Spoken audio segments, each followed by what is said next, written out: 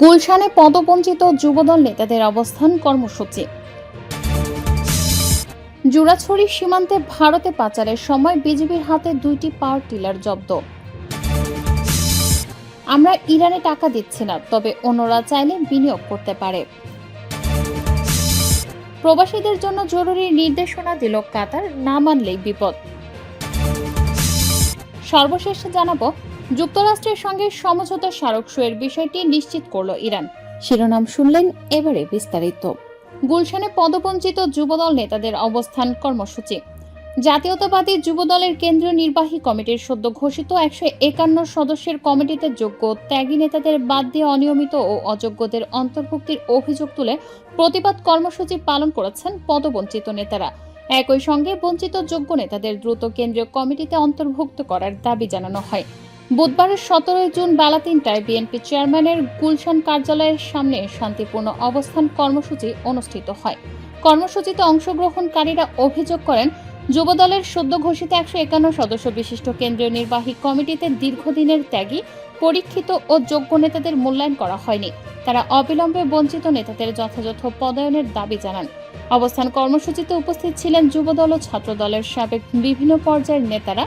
তাদের মধ্যে রয়েছেন রিয়ন তালুকদার, মোহাম্মদ দুলাল হোসেন, মোহাম্মদ রফিকুল ইসলাম রফিক, মোহাম্মদ হুমায়ুন কবির, সাজ্জাদ হোসেন উজ্জ্বল, জাকির হোসেন খান, আবুল হাসান, খালেদ মাহমুদ মাসুদ, অলিউদ্দিন সুমন দেয়ান, মিজানুর রহমান সোহাগ, মাহফুজুর রহমান, হাফিজুর রহমান হাফিজ, মিজানুর রহমান খান, আজিজুল হক পাটোয়ারি, আনোয়ার জাহিদ, মুজাহিদুল ইসলাম, কাজী মেজবাউল আলম, ইয়াকুব রাজু, মিরাজ আজিম, সবুর খান সাগর, শহীদুল ইসলাম মাসুদ, কোয়েল হোসেন, রবিউল হাসান আরিফ, মাজেদুল ইসলাম মাসুদ, খন্দকার আমিনুল হক কাকন, মহিবুল্লাহ জয়, মাহমুদ খান, জহিরুল ইসলাম দিদার, ফজলুল হক নীরব, খসরু আহমেদ হিরণ, কবির আহমেদ, শাহাদাত হোসেন ভুইয়া সাহেল, সুমন চৌধুরী, দুলাল মাতব্বর ও মেহেদি হাসান খান।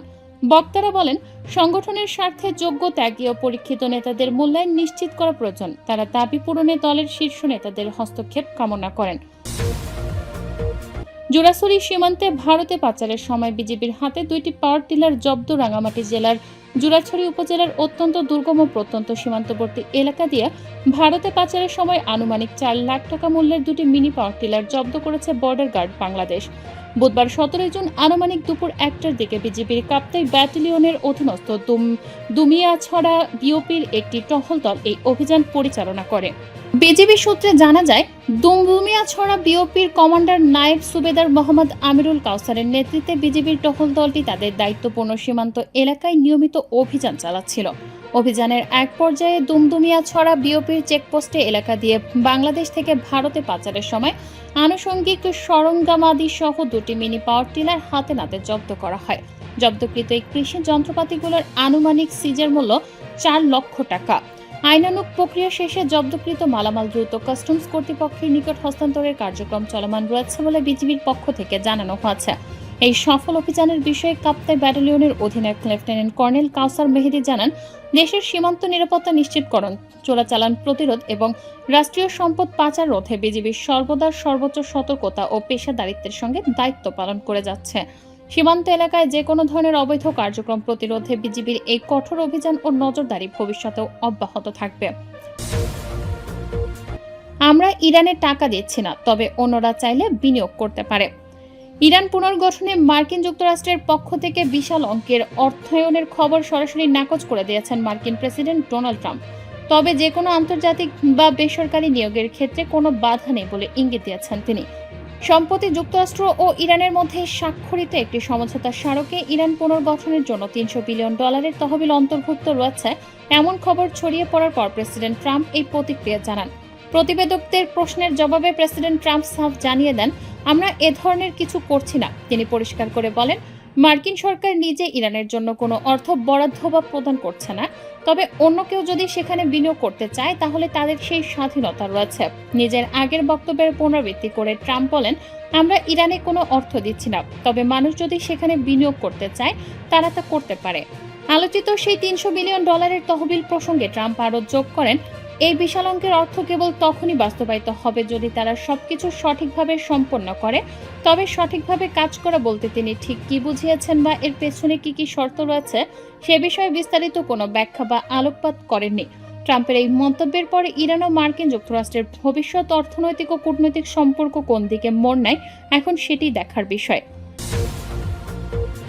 প্রবাসীদের জন্য জরুরি নির্দেশনা দিল কাতার, না মানলেই বিপদ। কাতারে বসবাসরত প্রবাসী ও দর্শনার্থীদের জন্য রেসিডেন্সি এবং ভ্রমণ সংক্রান্ত নিয়মে বড় পরিবর্তন আনা হয়েছে। এখন থেকে কোনো প্রবাসীর রেসিডেন্সি পারমিট বা আকামা বাতিল হওয়ার পর দেশটিতে অবস্থানে বৈধ সময়সীমা 30 দিন থেকে কমিয়ে মাত্র 14 দিন বা 2 সপ্তাহ করা হয়েছে।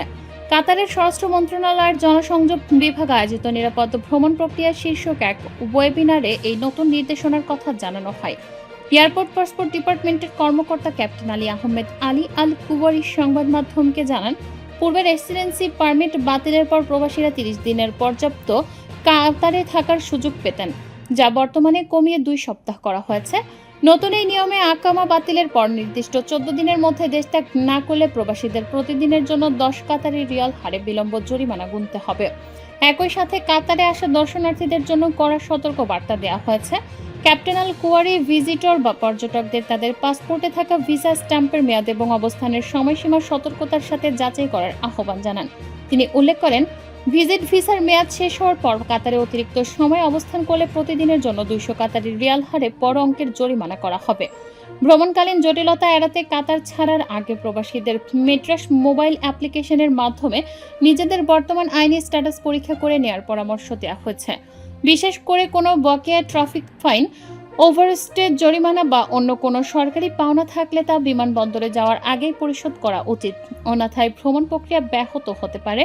এছাড়া প্রবাসীরা চাইলে এই মেট্রাস অ্যাপের মাধ্যমেই তাদের রেসিডেন্সি পারমিট নতুন পাসপোর্টে স্থানান্তর বা ট্রান্সফারের প্রক্রিয়া সম্পন্ন করতে পারবেন। বিমানবন্দরের ইমিগ্রেশন প্রক্রিয়া দ্রুত করতে এবং যাত্রীদের দীর্ঘ লাইনে অপেক্ষার ভোগান্তি কমাতে হামাদ আন্তর্জাতিক বিমানবন্দরে ই-গেট বা ইলেকট্রনিক গেট ব্যবহারের পরামর্শ দেওয়া হয়েছে। বর্তমানে এই বিমানবন্দরের আগমন ও বহির্গমন টার্মিনাল মিলিয়ে মোট 76টি ই-গেট চালু রয়েছে, যা যাত্রীরা অনায়াসেই ব্যবহার করতে পারেন। অন্যদিকে কাতারে জন্ম নেওয়া নবজাতকদের বিষয়েও আইনি প্রক্রিয়ার স্মরণ করিয়ে দিয়েছেন এই কর্মকর্তা। তিনি জানান, প্রবাসীদের অবশ্যই নবজাতকের জন্মের পর পাসপোর্ট কর্তৃপক্ষের কাছে তার রিপোর্ট করতে হবে। পরবর্তীতে সংশ্লিষ্ট দেশের দূতাবাস থেকে প্রয়োজনীয় নথিপত্র সংগ্রহ করার পর শিশুটির বাবার স্পন্সরশিপের অধীনে কাতারের রেসিডেন্সি পারমিট বা আকামা নিশ্চিত করতে হবে। যুক্তরাষ্ট্রের সঙ্গে সমঝোতা স্মারক সইয়ের বিষয়টি নিশ্চিত করল ইরান। মার্কিন যুক্তরাষ্ট্রের সঙ্গে বহুল আলোচিত সমঝোতা স্মারক আনুষ্ঠানিকভাবে স্বাক্ষরিত হওয়ার বিষয়টি নিশ্চিত করেছে ইরান। দুই পক্ষের প্রতিনিধিরা সরাসরি উপস্থিত না হয়ে ডিজিটাল প্রযুক্তির মাধ্যমে ইলেকট্রনিক উপায়ে এই চুক্তিতে সই করেছেন।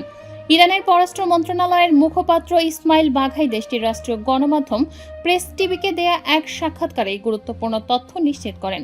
তিনি জানান, দীর্ঘ প্রক্রিয়ার পর যুক্তরাষ্ট্রের সঙ্গে এই সমঝোতা স্মারকটি এখন উভয় পক্ষের দ্বারা ইলেকট্রনিক পদ্ধতিতে আনুষ্ঠানিকভাবে স্বাক্ষরিত হয়েছে। সম্প্রতি এই সমঝোতা স্মারকের আওতায় ইরানে বিশাল অঙ্কের আন্তর্জাতিক বিনিয়োগের সম্ভাবনা সহ নানামুখী অর্থনৈতিক ও কূটনৈতিক আলোচনার প্রেক্ষাপটে ইরানের পক্ষ থেকে আনুষ্ঠানিক ঘোষণাটি এলো। দুই দেশের ডিজিটাল সম্মতির মাধ্যমে সম্পন্ন হওয়া এই চুক্তিটি আগামী দিনে ওয়াশিংটন ও তেহরানের মধ্যকার সম্পর্কে নতুন কোনো মাত্রা যোগ করে কিনা এখন আন্তর্জাতিক মহল সেদিকেই নজর রাখছে।